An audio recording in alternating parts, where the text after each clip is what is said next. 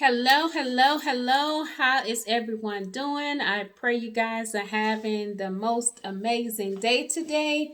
If you are new to my channel, welcome. And if you are an existing subscriber, welcome back. Do me a favor, take a moment and give me a thumbs up. Subscribe to my channel if you have not done so already, and share my video. All right, let's get started. So, my name is Monica Knox. I am a mobile notary, but I am more than just a mobile notary. I am a vendor for the airport in my community. I provide them with car rental services. So, as a matter of fact, I wanted to do this quick video because I'm heading over to the airport. I had a renter to rent the vehicle on Friday. Today is Tuesday. He's returned the vehicle. It's in good shape, thank God. So I'm just going to make sure there's no incidents, make sure the car is back on full. I'm going to sanitize it, prep it, and get it ready for the next renter. In addition to that, I'm also a Georgia licensed life insurance agent. So if you're looking for a quote, hit me up. Send me a message. Let me know your needs. But in today's video, I wanted to take a moment to just go over some things that you should know if you are thinking about becoming a notary loan signing agent. In my opinion, these are very important things that you should know before you get into this business. Now, I am not here to discourage anyone whatsoever. I just want you to know all the facts, okay? So the first thing you should know if you live in a attorney state or an escrow state, because I am in the state of Georgia. Georgia is an attorney state. What that means is most loan closings are facilitated by a real estate attorney. Now, there are some exceptions, but most closings are facilitated by a licensed real estate attorney.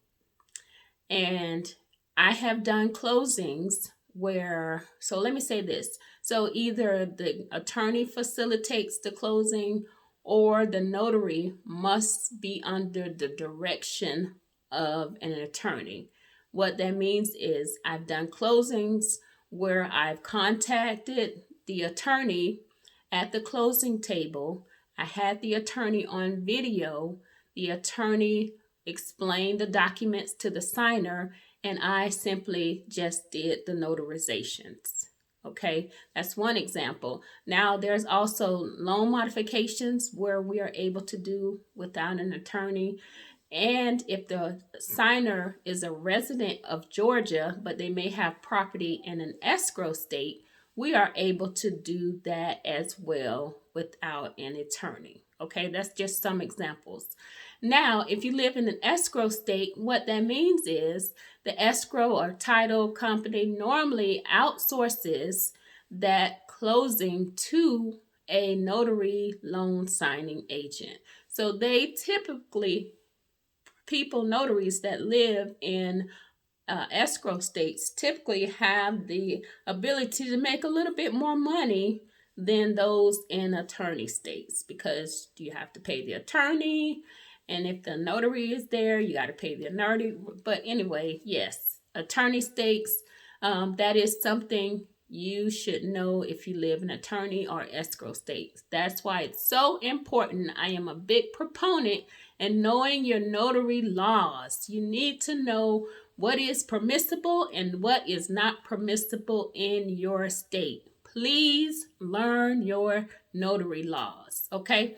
That's the very first thing you need to know. Now, I have my little notes so I don't forget anything.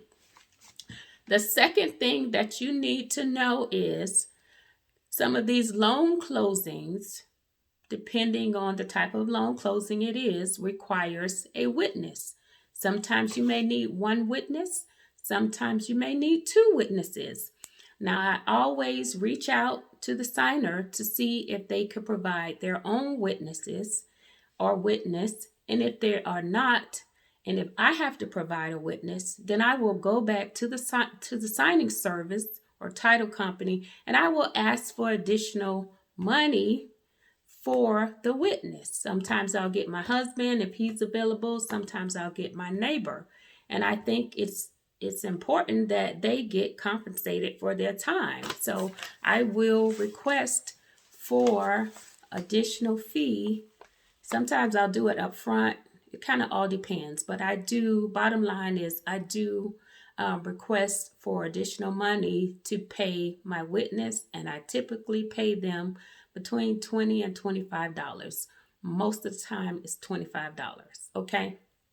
Second thing you should know is in the state of Georgia, you cannot serve as a witness and a notary. What do I mean by that?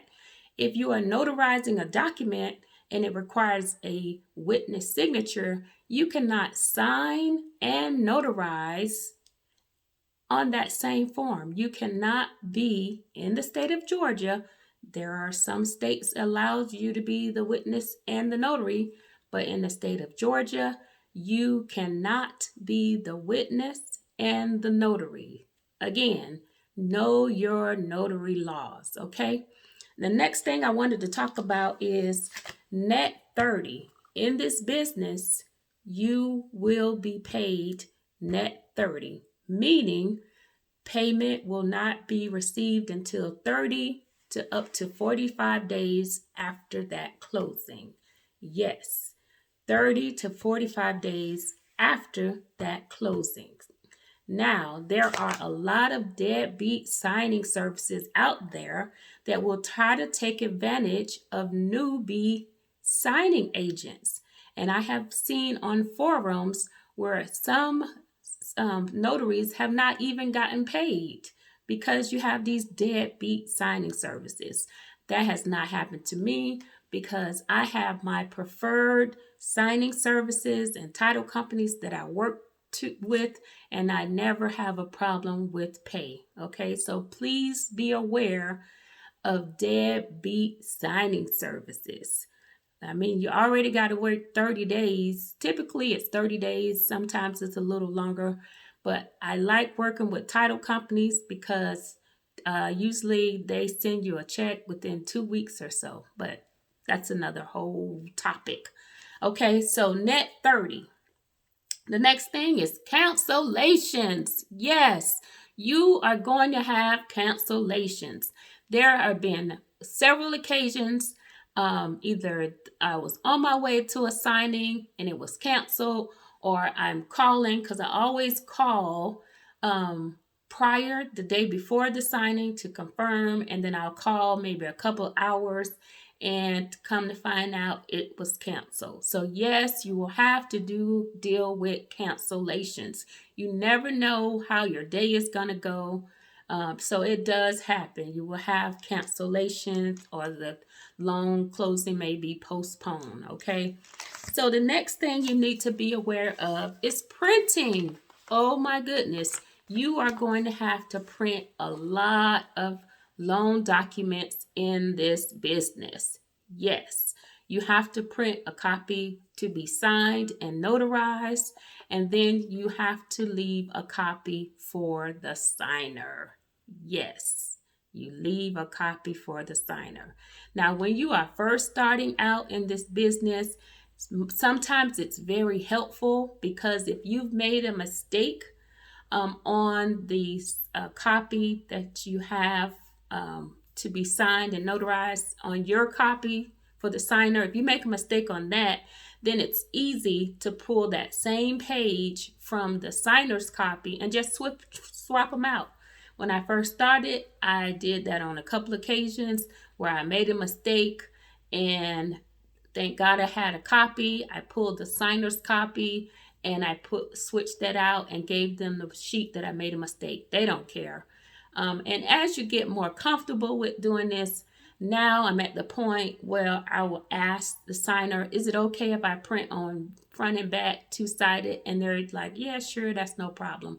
So that saves paper, because if you're printing 100, 150, 200 sheets, that means you're printing them twice. So you will need a reliable laser jet printer in this industry.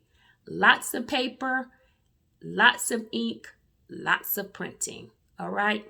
So the next thing is last minute notifications.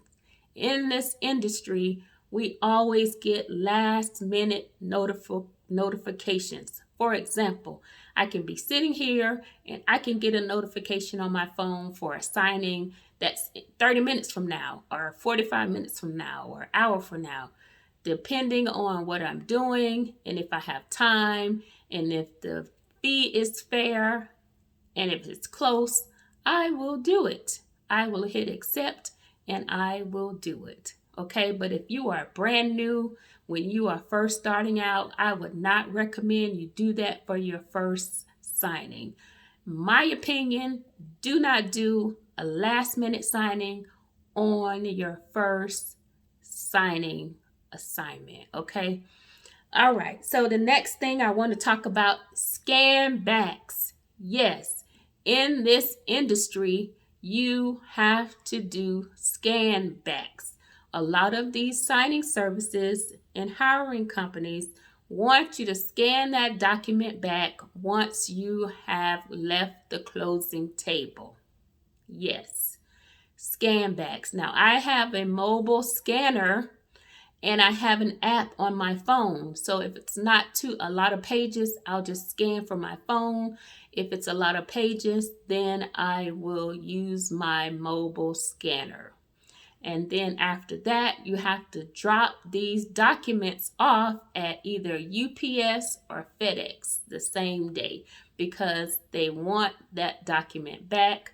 They want the scan back to make sure as the notary that you have not made any errors.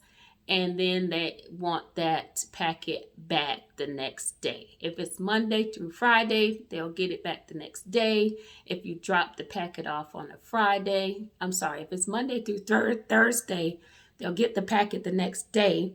If you do a closing on a Friday, they won't get it until Monday. Okay, so yes, in addition to Scanbacks, you will also have to drop the packet off. Okay. So that is all that I have. Oh, lastly, you must have patience. Lots and lots of patience because your day may not go as planned. You are going to have, like I said, cancellations, days when your printer is going to go haywire, days when you just are like all over the place. Like this business, you have to have patience. But let me say that this is a good industry to get into. So if you are consistent and if this is what you really want to do, you will be successful. I promise you, you will be successful as long as you're consistent and you have patience and you believe in yourself. Okay. So that is all that I have for today. I am on my way to the airport and I will post that video later. Until next time, you guys have an amazing day and be blessed.